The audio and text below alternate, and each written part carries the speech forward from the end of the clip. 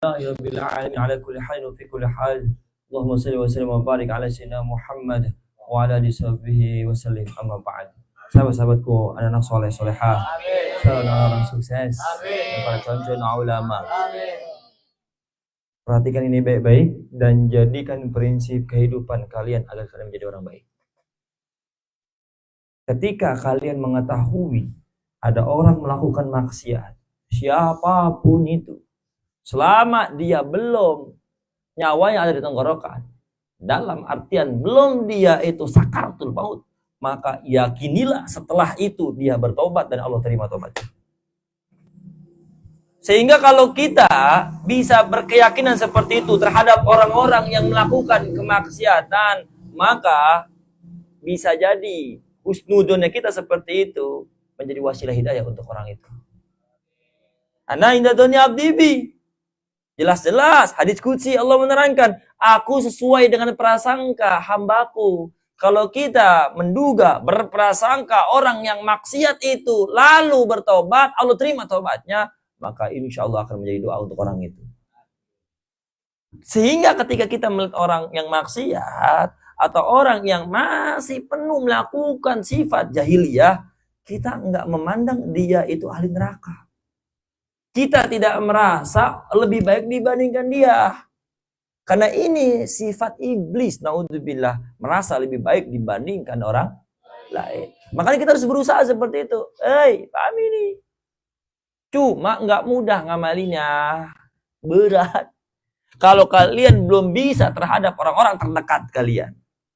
Pertama kali, terhadap orang tua kalian. Harus kalian bisa seperti itu. Lalu terhadap guru kalian, harus kalian wajib bisa seperti itu. Lalu terhadap orang-orang sekitar kalian yang makan bareng sama kalian, yang merasakan senang, bahagia, sedih, sulit bareng di pondok sama kalian, harus bisa wajib seperti itu. Karena mustahil kalian bisa melakukan kepada orang lain, memandang mereka yang ahli maksiat, telah tobat dan Allah terima tobatnya, kalau kalian tidak bisa terhadap keluarga, terhadap guru dan orang-orang sekitar terlebih dahulu. Paham tuh? Jadi melatih diri itu pertama kepada orang terdekat dulu. Bagaimana mungkin kita bisa terhadap orang yang jauh kalau orang terdekat pun tidak bisa kita amalin ilmu ini. Dan yakini baik-baik. Ketika orang tersebut, siapapun itu, pasti memiliki masa lalunya masing-masing. Dan ingat, kita ini penilaiannya jangan sampai seperti orang jahiliyah. Orang-orang maaf yang bodoh, tidak ngaji, yang tidak paham ilmu ini. Yaitu ketika kita mengetahui orang punya aib atau masa lalu yang buruk, jangan pandang dia masa lalunya. Ketika dia sudah tobat di saat ini, nilailah dia saat ini. Kita nggak boleh mengorek-ngorek, menilai-nilai atau mencari-cari masa lalu seorang. Apalagi jelas-jelas membicarakan dan menertawai aib masa lalu seseorang. Hati-hati. Naudzubillah, sebelum kita mati akan Allah timpahkan musibah tersebut kepada kita. Naudzubillah, kita akan melakukan maksiat seperti orang tersebut yang pernah kita tertawai, yang pernah kita kecilin, yang pernah kita hinain karena pernah maksiat di masa lalu. Makanya jangan main-main ini. Kalian itu, ketika ada orang yang kalian ketahui masa lalu jelek, yakinilah dia telah berubah dan saat ini telah dicintai oleh Allah. Sebab Allah itu menilai seseorang bagaimana nanti akhirnya, bukan masa lalunya. Dan masa nanti atau akhir kehidupan seseorang tergantung bagaimana masa saat ininya dia berikhtiar. Bagaimana kebiasaannya dia saat ini. Karena mustahil orang yang meninggal husnul khatimah, Allah tidak gerakan dia saat ini bertaubat kepada Allah dan memperbaiki kesalahannya di masa lalu. Nah, ini tugas kita.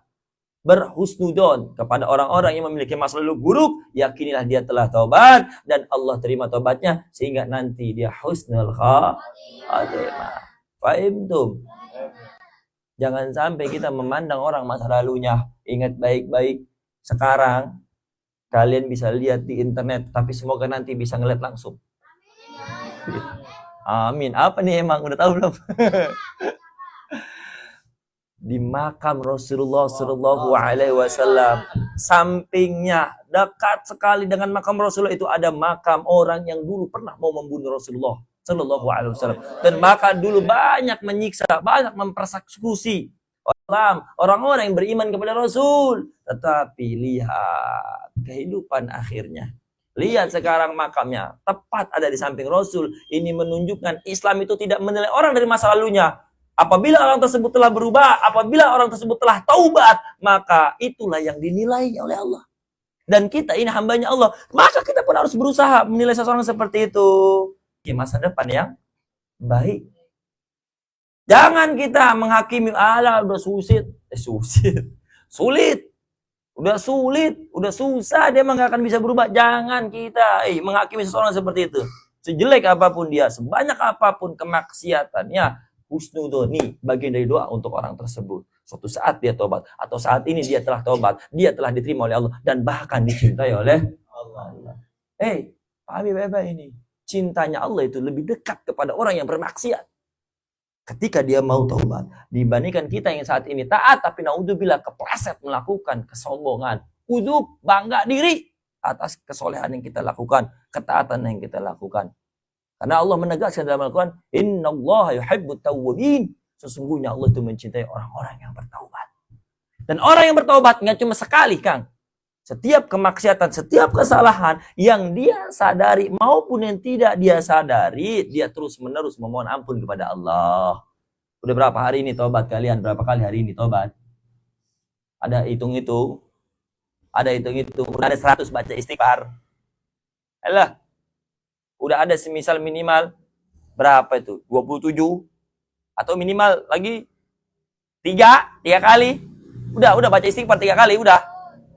Tapi apakah benar kalian istighfar itu layak yang menjadi wasilah Allah mengampuni dosa kalian? Karena bahkan kami punya guru, istighfarnya pun ditaubatin oleh beliau.